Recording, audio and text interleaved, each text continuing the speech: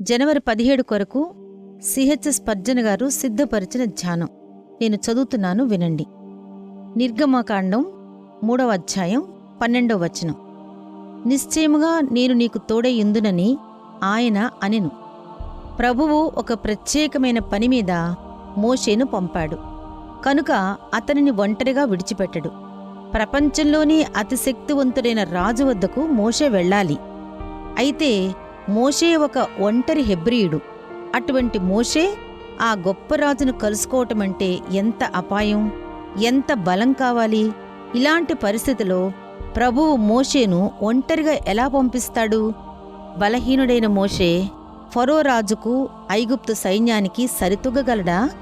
కాబట్టి ప్రభు అంటాడు, నిశ్చయముగా నేను నీతో ఉంటాను. దీని అర్థం ఏమిటంటే, నిన్ను ఒంటరిగా పంపనుగాక పంపను.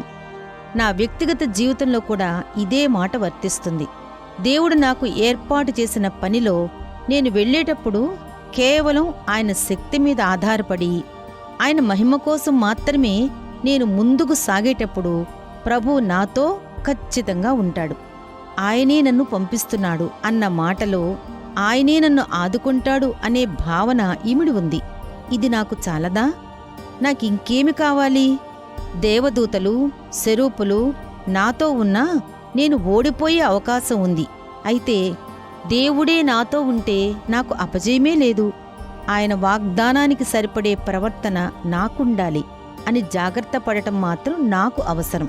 పిరికితనం, అసంపూర్ణత, అజాగ్రత్త, నా అంతటి నేను చెయ్యగలను అనే ధీమా నాలో ఏమాత్రం ఉండకూడదు.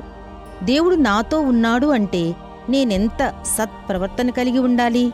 అలాంటి దేవుని సహవాసంలో నేను ధైర్యసాహసాలు కలిగి నిర్భయంగా ఫరో దగ్గరికి వెళ్లిన మోషే వలె ప్రవర్తించటం నాకు సమంజసమే.